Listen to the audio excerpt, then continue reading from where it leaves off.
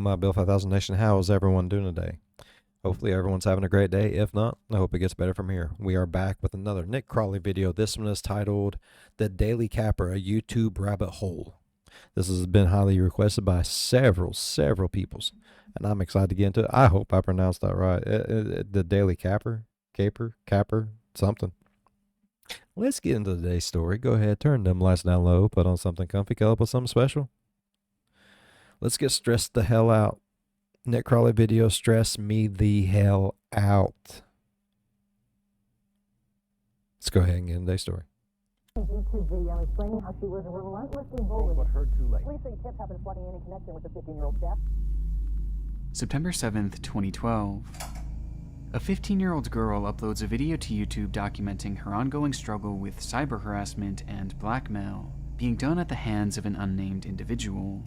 Throughout the video, not a single word is spoken. Instead, the teen tells her story through dialogue written on paper cards, flipping through them one by one, painting a picture of the traumatic abuse she was living through. Just over 1 month later, she would be dead, as a direct result of that very harassment. The story of Amanda Todd is one of the most heartbreaking across all of YouTube, with the case sending ripples not only across the site, but across the world as well, with the fallout still being felt to this very day. And from this case, a light was briefly cast on one of the darker corners the internet has ever seen, momentarily illuminating a community that was never meant to be seen by the public eye, with a rabbit hole even more bizarre than anything we've covered on this channel before. And today, we're diving down to its very depths. Oh shit. With your anchor person, Doris Marmy, and welcome to The Daily Capper. Happy hunting.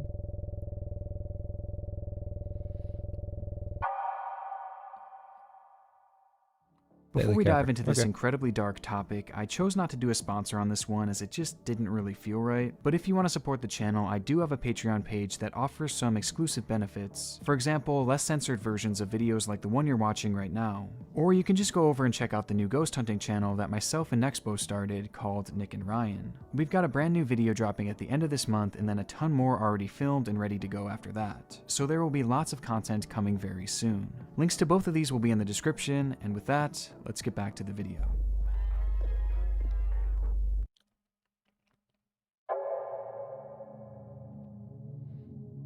The story begins in the early days of the internet, a time when, due to the general public's lack of understanding of this new online world, moderation was at its most primitive and nefarious activity ran rampant, with many of the worst examples coming from the dawn of live streaming. Back then, streams and their associated chats were almost entirely unregulated, leading to them becoming a cesspool of all sorts of degeneracy, and it's within one of these very sites where Amanda's torment would begin. It happened on a website called BlogTV, where Amanda had logged in one evening at the age of 13 to the tune of 200 viewers, and it was here that she would be pressured to eventually flash the camera, with the whole chat cheering her on, a decision that she would regret not only in the moment, but for the remainder of her life. Lurking in the chat room was a man under the alias of Tyler Boo, who had been waiting for that very opportunity to grab a screenshot and recording of this young girl in her most vulnerable moment, before immediately turning around and using that image as blackmail in an attempt to leverage it for more private performances. It was a demand that Amanda refused, though truthfully it wouldn't have mattered anyway, as Tyler would turn her world into a living hell of online harassment, with a photo and video being sent to all of her friends, acquaintances, and family members. It got so bad that on multiple occasions her entire family would be forced to move, though this was of no use, as Tyler's evil crusade persisted. Every new school, every person she interacted with, would eventually be met with the content from that fateful stream. Amanda could never outrun him, and with nowhere left to turn, she would take up drinking and drug use just to cope, until eventually, on October 10th, 2012, she just couldn't take it anymore. The story of Amanda Todd is a complex, tragic tale, with many factors ultimately playing a role in her untimely passing, with none being more prominent than her harasser. And with her video gaining immense virality following her passing, all eyes were on Amanda's case, with the big question being, who is Tyler Boo? A question that leads us to a particularly disturbing discovery and today's main topic.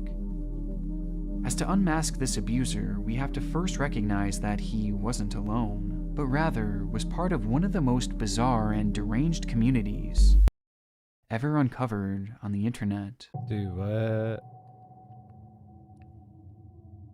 With Amanda's story making headlines, Canadian authorities quickly began work on their investigation, dedicating a team of detectives to unmask the man behind the Tyler Boo alias. And there, it's likely that they discovered that the crimes Tyler had committed were far more common than you would imagine. Back then, Tyler was what is known as a capper, someone who prowls live streams of young women and men across the internet, egging them on into performing some type of lewd act. And upon convincing them to perform said act, these cappers would then take screenshots or recordings, also known as caps, immortalizing the moment in an image or short video.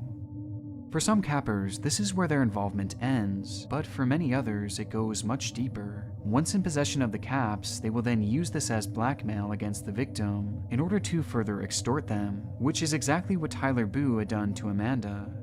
And she wasn't alone. Back then, this kind of stuff happened on a freakishly regular basis, with hundreds, even thousands of cappers operating on a given night, with their list of victims being essentially immeasurable. Victims who had their lives completely and utterly destroyed by these malevolent outside forces that forbade them from ever speaking out. And these forces rarely operated alone. In reality, many of these cappers were closely intertwined within a community of individuals sharing this common practice, many of whom shared techniques, caps, and genuine online connections with each other. And as dark as this all may seem, their actual doings are somehow even worse than you could fathom. A fact that would only be fully understood and laid out on a silver platter upon the discovery of an internet-based program known as the Daily Capper.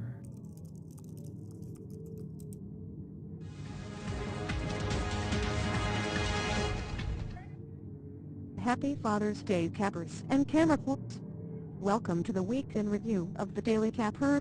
The short-form program began its run here on YouTube back on June 20th, 2010, and continued airing weekly for over a year, with each episode having a runtime of roughly 5 minutes, primarily featuring this uncanny host and her robotic voice. And if she looks vaguely familiar, you might recognize her, or even the layout in general, as having come from the old HBO series Crashbox, an educational program made for children, which features an eerily similar segment called Distraction News. Distraction News with your anchor person, Dora Smarmy.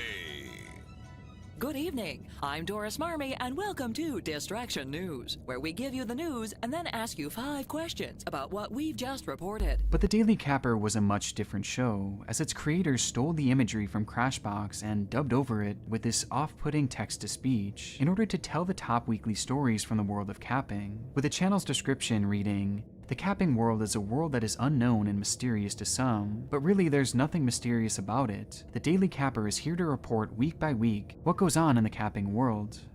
The page is almost like a time capsule, preserving the wrongdoings of this otherwise obscure community, and putting it all out in the open. And because of this, investigators were understandably immediately drawn to the program, as it quite literally documented all of the highlights in the capping community, even discussing some of the group's major players and victims at the time that Tyler Boo had been harassing Amanda. And thus began their deep dive, and ours as well, into the Daily Capper. Wow. And what better place to start than at the very beginning? That's craziness, bro. A whole ring of jackoffs taking pictures of your boobs and your peens and blackmailing spend you? on your computer screen looking for camera quotes. Despite what others think, summer is not the time to go outdoors swimming, being with friends. Rather, it is a time for girls and boys to turn their computers on and get dirty. The show opens on a jarring note, with its creator being so crass that some might mistake this as a work of satire, though sadly this is far from the case, which becomes evident after only a few minutes when the tone is set for just how disturbing the Daily Capper was going to be. These are some highlights from this past week. Nicole, 34, went to Tiny Chat and exposed her 15-year-old. She was later heroed and blackmailed by Doc Holliday. Throughout the episode, multiple stories are told about what the capping community had been up to, with the host referring to the acquisition of these caps as epic wins, a common phrase throughout the capping community, a true indicator of the time period in which the show had aired. But Right. what makes this all the more chilling was that each of the girls that had been featured on the show were minors, with the Yes, creator making that's- sure to mention their ages, like a 15-year-old, and even a group of 13-year-olds. Let's start with this past Thursday. Epic win was delivered in the form of 4 13-year-old girls from BlogTV Jr. and all for a room of 300. A hero went on cam and streamed their video for them. These girls remain the most talked about girls in the capping world. With these children bearing the brunt of the community's blackmail that week.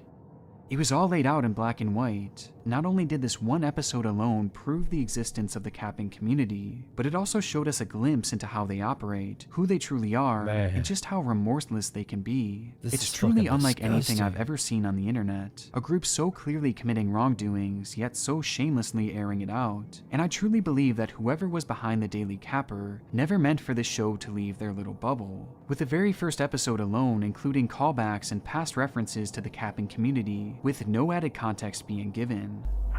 From BlogTV Jr. went to Tiny Chat once again.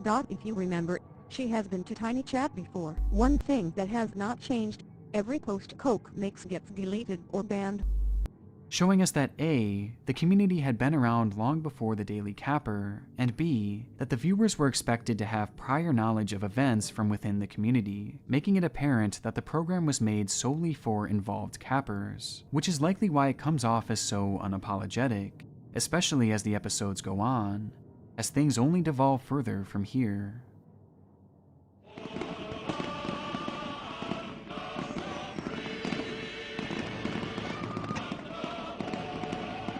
Welcome cappers and campers to this special July 4th edition of the Daily Capper, and what a week it has been. Just 2 weeks later, the Daily Capper would feature a story about a 12-year-old who had fallen victim to a capper, with said capper turning around and using the cap as blackmail to force the girl into Himself, along with Razor and this guy, blackmailed the girl to drink her own on this site. a move that was celebrated by the host, as the Daily Capper didn't just highlight the best caps of the week, but also the best instances of blackmail, with the host making it very clear throughout the program just how much he appreciated the art of blackmail. It's a whole different level of disturbing, yet somehow the show manages to one-up itself with ease every single week, as the ages of their victims dipped lower and lower, to the point where the host was highlighting a cap. This past Friday, Minnie pressured a 12-year-old black girl with her 8-year-old sister to seriously an 8-year-old taken from an 8-year-old child. Which brings up a glaring note about this community. All the victims I've mentioned so far have been drastically underaged, Yeah. and that's no coincidence, as virtually all the caps highlighted are mentioned to have come from minors, while those obtaining the caps were generally far older, meaning that a key pillar of this community wasn't just exploitation and blackmail, Pedophile. but pedophilia as well. And to truly hammer this point home, the host even refers to cam girls above the age of 18 as retired. This is also the only place you can see Charmander, dogs, and panther moose. So I guess it's also a camp retirement home. It's impossibly grim, and though I feel the examples given prior go a long way in explaining what the Daily Capper was all about, I think the host manages to encapsulate just how vile their own show was in this one little segment. Now a lot of people wonder exactly what capping is really like. While it's hard to explain every aspect in such a short period of time, some people have gone as far as to describe it as an underground version of Girls Gone Wild. Of course, there are a lot of differences between capping and Girls Gone Wild. For one, there are no blackmailers on Girls Gone Wild. But then again, those girls know they're going to have their videos shared all over the world. While girls on the internet will cry when they get recorded, that is a huge difference between capping and Girls Gone Wild. Plus they have to ask for permission before they use videos. And they have to be 18 or over. Complete opposite to what goes on here. By this point, it's clear that both the community and the host of the Daily Capper are completely irredeemable, and despite some attempts by the creator to disgusting, project a more bro. neutral stance by making disparaging comments towards the community and thankfully not actually showing, this was, in reality, just an attempt to slide by what little regulation existed on the site back then. and a feeble one at that, as in one case the host even guides his community on how to obtain. They got banned on Ustream and soon were blackmailed by Perso Pete to deleting their account. If you want to know where you can get the video, just message the person who blackmailed them Love Yashati on YouTube. And on top of that, all throughout the show, the host celebrates the depravity within their community, and not just in a figurative way, but in a literal one as well.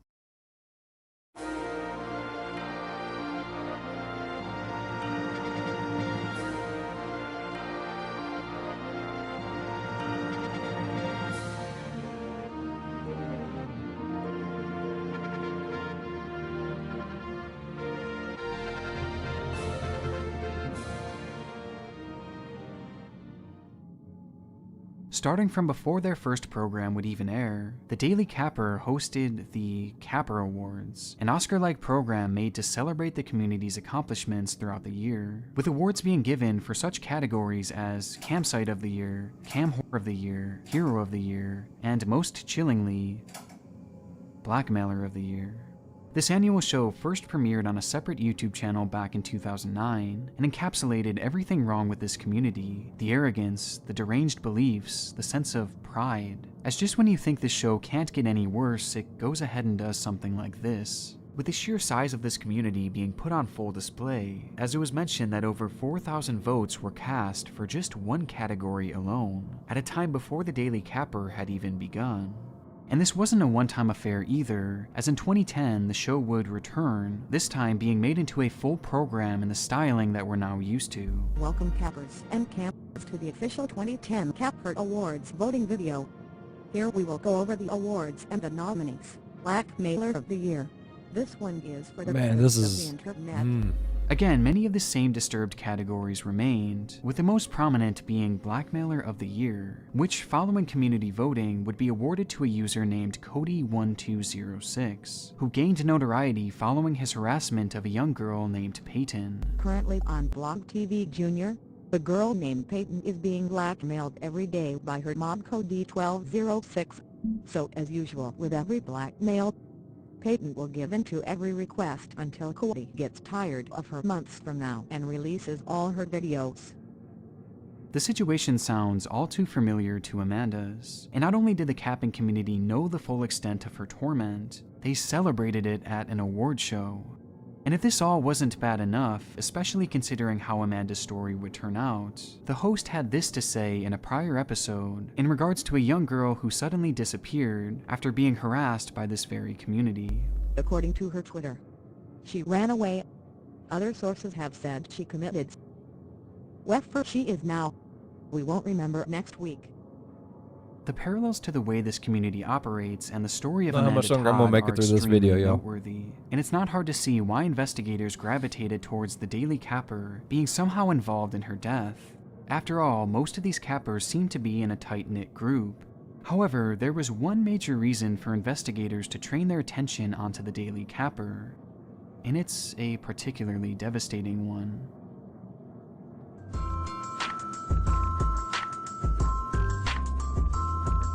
Merry Christmas cappers and campers to the December 19th edition of the Daily Capper. Meanwhile, another girl from Blog has been talked about a lot this week. Denouncing Amanda. On December 19th, 2010, all these people the are Daily pieces of Capper would trash, air a bro, I'm segment telling you. mentioning an up-and-coming target for their community, with that child being 13-year-old Amanda Todd. In the show, the host states that she was extremely active on campsites, and that she was being talked about quite a bit in the capping community. The ties to Amanda weren't just conjecture, it was proven right there in the footage. She said she has been IP banned from Blog TV and ended up moving to Wicked Camp Chat to sing like she usually does. As coincidentally, the show just so happened to coincide with the exact time frame that Amanda's harassment had begun. She had been trapped by this community, grasped firmly in their clutches, and with the Daily Capper being so intertwined in this world of capping, it seemed all but certain that one of its members had been the culprit behind her torment. But who? Who was Tyler Boo? Well, despite Piece of investigators shit, bro. likely believing that they were close to their big break, while sifting through this disturbed online world, they actually wouldn't be the ones to break the news of this man's identity, and instead, answers came out of nowhere, in a twist that somehow makes this story even more bizarre.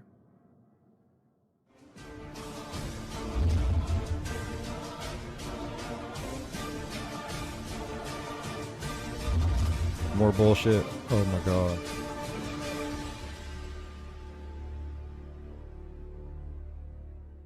Dear citizens of our nation, we have brought this announcement forwards solely for the purpose of releasing Amanda Todd's Punisher's identity. Below you will find a URL to the man's docs. In there, you will see various information about said person. I love that. Before the police could even finish their investigation, Anonymous, the world-renowned hacking organization, would take it upon themselves to uncover Tyler Boo's identity, with their results finding him to be a major player in the capping community, a user by the name of Cody1206, aka 2010's Blackmailer of the Year. In the program crowning Cody1206, it mentioned how he abused a young girl named Peyton, a previously discussed victim who suffered similar harassment to Amanda, and with this notion, Anonymous dug deeper into the man, until they were able to prove that this same account was in constant contact with Amanda, and had supposedly been streaming her cap on this account for the whole world to see. And to add even more to Cody's rap sheet, he was supposedly already in the process of being charged with sexual assault on a minor. Anonymous had found their guy, and upon confirming this among themselves, they would publish this video including his full docs, with all of his private information being leaked to the whole world, with his real name turning out to actually be Cody. And just like that, the internet's #1 villain was unmasked. But there was just one issue. Anonymous actually got it wrong. And when I say wrong, I mean they were completely off. As it turns out, the phone numbers and addresses belonged to entirely different people, and the birthday they provided for Cody was off by over a decade. And to somehow make it even worse, it would later be confirmed that Cody wasn't even Tyler Boo.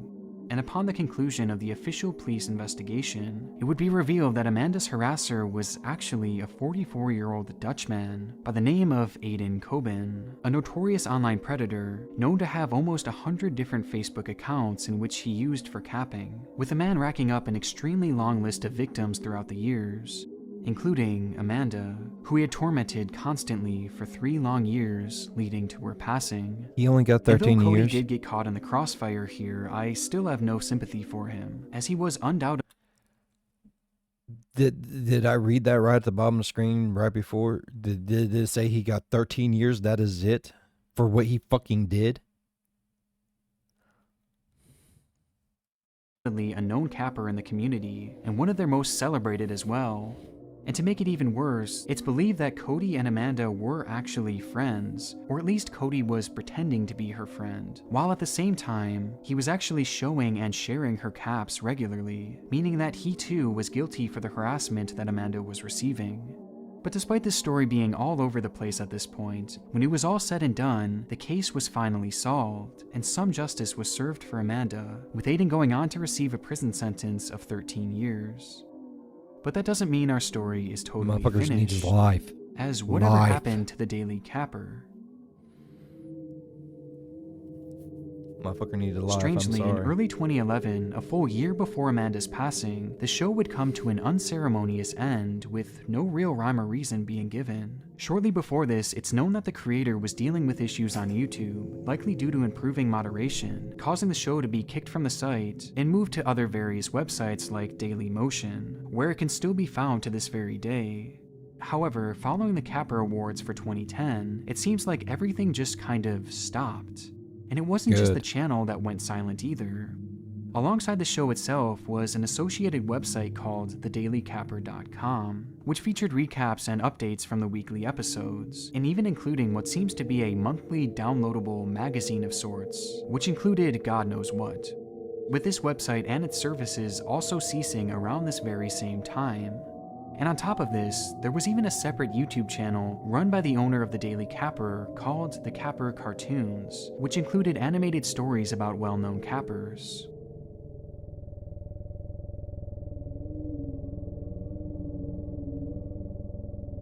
And strangely, this page also came to a halt without any given reason. One day it all just kind of ended, and we have no idea why. Perhaps something had scared the creator off. We don't need to know why, we just need to know it's fucking gone. Or maybe they just moved to a more secretive location. But either way, the accounts have been dead for well over a year leading to Amanda's death, marking the end of the Daily Capper for good.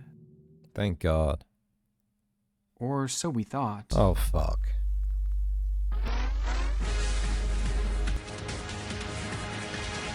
Welcome to another edition of the Daily Capper. We just wanted to help provide a few more details to the recent Amanda Todd tragedy. Out of nowhere, during Amanda's investigation, when the national spotlight was flashed on the long-defunct show, the Daily Capper would return for just a single episode to try and push the blame on Cody for the harassment of Amanda, as the show had aired right after Anonymous had dropped their video. But what makes this episode in particular so disturbing is the fact that it shows proof that not only had the Daily Capper interacted with Amanda, but also that Amanda had interacted with them. As most of you know, we did a report on Amanda Todd during the time this tragic series of events began occurring. We are able to confirm the timeline in which this all began, as well as a background and information on those involved. There is one thing we can confirm about Amanda. On January 4, 2011, she commented on our video report, in which she was featured, detailing how she was being blackmailed. She states that she did in fact contact the police about her situation. Obviously, they were of no real assistance. In a bizarre attempt to clear their name, the Daily Capper aired a comment that Amanda had left under their video, where they had initially mentioned her as being a new up-and-coming target. And it was there she wrote, "It's Amanda here. I'm getting blackmailed and the cops are out looking for the guy that posted the video of me flashing to all my family members and friends, because I didn't do stuff with him on cams. Put that in your news. People are also getting charged, but the site is shut down." The host would try to spin this in a way that blamed the police for failing to stop Amanda's harassment, while posing as the good guys in this situation. Though overtly, this only proved that the Daily Capper did in fact know about Amanda's torment, and did nothing until she was already gone. This would be the final episode ever aired of the Daily Capper. And with that, the creator and all his friends fell back into their dark corners, like snakes retreating into their holes, leaving the capping community, which was once so public and prominent, to essentially dissipate. Thank God. But what I for find that. so frustrating is that even with the national attention this program received, its creator has still never been identified, despite them, in my opinion, having a clear hand in Amanda's death, by platforming and celebrating this community for all the horrible things they were doing. A community in which Aiden was most certainly intertwined with, as by the Daily Capper's own words, You'd think anyone could be her blackmailer, right? Well, at this time, there was not a single blackmailer that the capping community was not aware of. many factors played a role in Amanda's death, and the Daily Capper was certainly one of them. And though I know this rabbit hole goes much, much deeper, and would eventually lead to the identity of this criminal, it's nearly impossible to explore anything past this without running the risk of encountering, which means that this is where my investigation ends. Thank you. And though I'm confident that at some point the creator of this show will be unmasked, this I is hope something so. that, for the time being, will have to remain one of the many mysteries of the internet. That was fucking god awful. Why? Why? Oh my God. That's why. That was all kids, man. Kids do stupid shit. Let the kids do stupid shit. That's how you learn. You get to do dumb stuff and do stupid shit growing up when it's less consequential. That way you know not to do it when you get fucking older. Let kids be kids, man. No, I do not believe kids should be flashing their tatas everywhere, but Jesus Christ. If they are going to do it, they definitely don't need someone out there making their life shit for it. People make mistakes. And that poor child lost her life because of it.